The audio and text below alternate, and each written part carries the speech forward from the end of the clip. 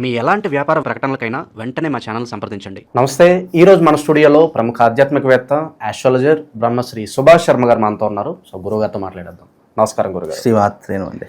గురుగారు, గత కొన్ని నెలలుగా కుంభరాశి వారు వీడియోల మీద వాళ్ళ ప్రేమ కావచ్చు, వాళ్ళ ఆదరణ కావచ్చు, అలా చూపిస్తూనే ఉన్నారు. సో ప్రస్తుతం మనకి అక్టోబర్ మాసము ధనత్రయోదశి, విజయదశమి, దీపావళి, వివిధ రకాల పండుగలు ఉన్నాయి. ఈ పండుగల్ని ఎలా వినియోగించుకుని కుంభరాశి వాళ్ళు అదృష్టవంతులు అవ్వచ్చు? ప్రజెంట్ వీళ్ళ పరిస్థితి ఎలా నడుస్తుంది గురుగారు? తప్పకుండా తెలియజేస్తానండి. ముందుగా ప్రేక్షకులందరికీ శ్రీమాత్రే నమః, శ్రీ గురుభ్యో నమః. యాదేవి సర్వభూతేషు మాతృరూపేణ సంస్థిత. నమస్తస్సై నమస్తస్సై నమస్తస్సై నమో నమః. కుంభరాశి వారికి ఇది ఒక అదృష్ట యోగం అని చెప్పుకోవచ్చు. ఈ కుంభరాశి వారికి శని ప్రభావం అనేటటువంటిది నడుస్తుంది. దాదాపుగా ఇంకా సంవత్సరంన్నర పాటు శని ప్రభావం అనేటటువంటిది ఉంటుంది. కాబట్టి ఈ యొక్క శని ప్రభావం నుంచి బయటపడాలి. కుంభరాశి వారికి చాలామంది ఏమనుకుంటారంటే, మనం ప్రతీ నెల మాస ఫలితాలు చెప్తూ ఉన్నాము. చాలామంది ఏమంటారంటే, పోయిన నెల అలా చెప్పారండి, ఈ నెల ఇలా చెప్పారండి, అంతకుముందు అలా చెప్పారండి.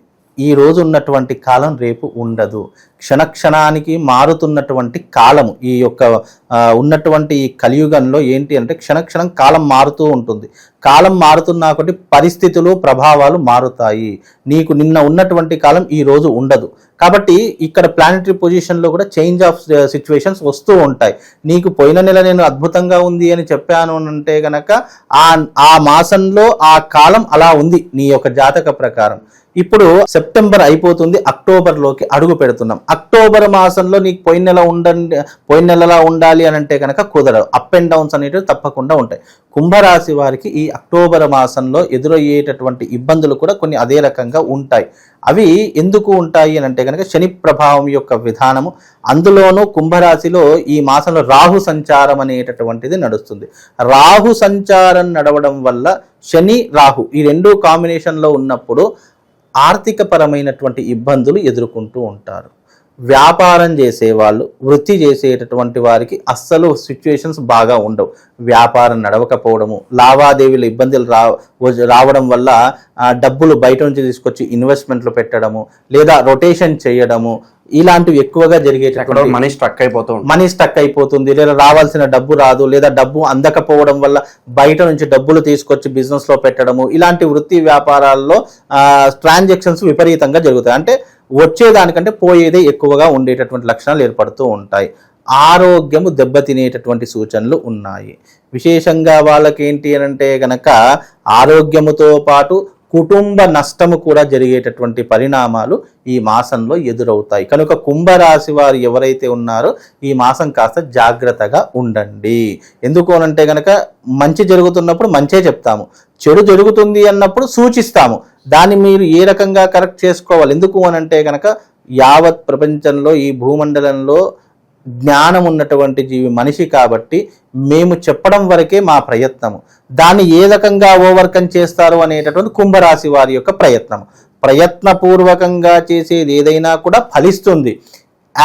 ఇప్పుడు నేను చెప్పేటటువంటి రాశి వారి ఎవరైతే ఈ కుంభరాశి వారు ఉన్నారో ఈ 3 సమస్యలు ఎదుర్కోవాల్సిన పరిస్థితి వస్తుంది అని ముందుగా సూచించినప్పుడు అవి రాకుండా ఏ రకంగా జాగ్రత్తలు తీసుకోవాలి అని ఆలోచించేటటువంటి మైండ్ సెట్ వాళ్ళకు ఉండాలండి. ఎందుకంటే పూర్తిగా జ్యోతిషం మీద ఆధారపడి ఉండకూడదు, పూర్తిగా మనం ఏం చేయకుండా ఉండకూడదు. మీరు చెప్తుంటారు గురుగారు, ఈ ఫలితాలు ఒక 50% అప్లికబుల్ అవుతాయి, మిగతాది వాళ్ళ జాతకంలో ఎటువంటి యోగాలు ఉన్నాయని చూడాలి అంటూ ఉంటారు. 100% మనిషి ఇప్పుడు దీనికి నేను ప్రామాణికం ఏం చెప్తాను అంటే కనుక కృతయుగంలో 100 to 100% జ్యోతిష్యము ప్రభావం చూపించేటటువంటిది ఇది జరుగుతుందంటే ఖచ్చితంగా జరిగేది.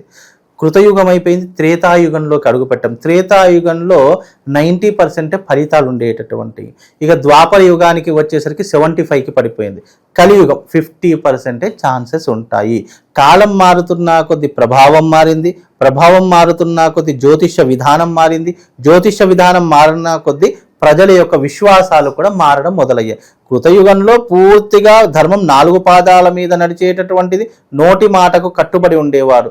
అది త్రేతాయుగానికి వచ్చేసరికి అది కొంతవరకు తగ్గింది. ద్వాపర యుగం వచ్చేసరికి మూర్ఖత్వము, అంధవిశ్వాసం పెరిగిపోయింది. కలియుగానికి వచ్చేసరికి పూర్తిగా అంధవిశ్వాసం. అంటే యుగం మారింది, ప్రవర్తన మారింది, ఇక్కడ వ్యవహారం కూడా మారింది. కాబట్టి ఏదైనా ఇప్పుడున్నటువంటి కలియుగంలో జ్యోతిష్యం అనేటటువంటిది ఎంతో కొంత నీకు దారి చూపెట్టడానికి ఉన్నటువంటి ఒక మార్గనిర్దేశమే తప్ప ఈ రాశి వారికి ఇదే జరుగుతుంది, లేదంటే నీ జీవితం అంత ఇలాంటివి ఉండవు. కాబట్టి ఇలాంటి జరిగే సూచనలు నీ జీవితంలో వస్తాయి కుంభరాశి వారికి.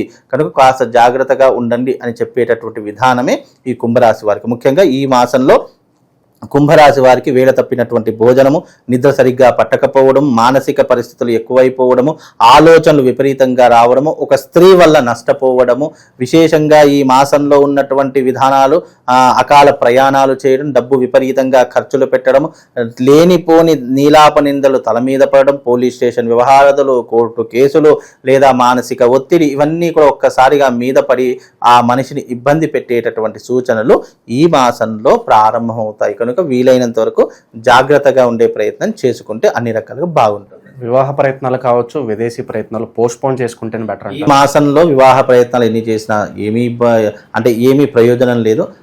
ఈ మాసం అక్టోబర్ అయిపోయిన తర్వాత నవంబర్ డిసెంబర్లో వివాహ ప్రయత్నాలు చేసుకుంటే అన్ని రకాలుగా బాగుంటుంది. ఈ ఆశ్వీజ మాసం మొత్తం కూడా అమ్మవారి యొక్క ఉత్సవాలు జరుగుతూ ఉంటాయి విశేషంగా.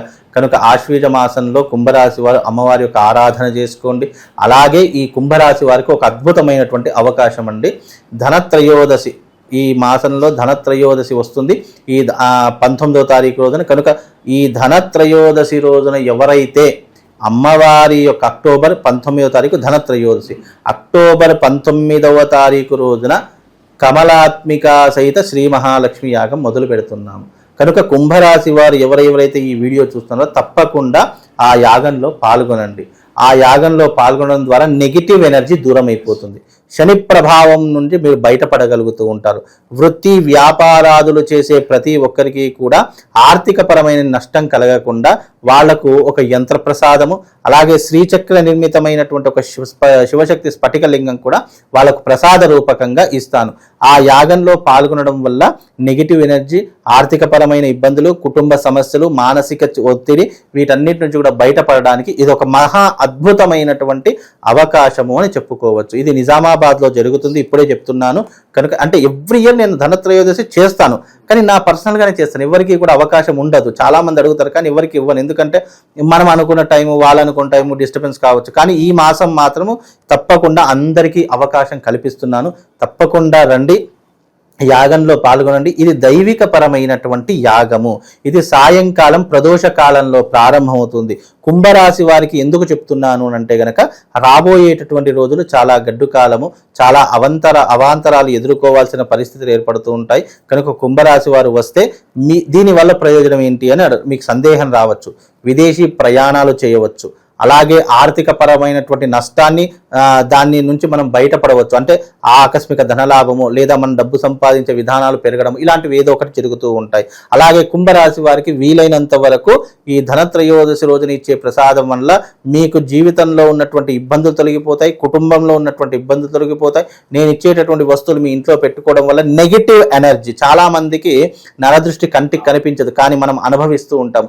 అలాంటి నెగిటివ్ ఎనర్జీ పోవడానికి కూడా ఇది ఒక మంచి అవకాశం అని మీరు తెలుసుకోవచ్చు. కాబట్టి ఈ యొక్క విధానంలో పాల్గొనే ప్రతి ఒక్కరూ తప్పకుండా వచ్చి యాగంలో పాల్గొనండి. కుంభరాశి వారికి తప్పకుండా అదృష్ట యోగంతో పాటు ఆ పరమశివుడి యొక్క అనుగ్రహం కూడా కలుగుతుంది.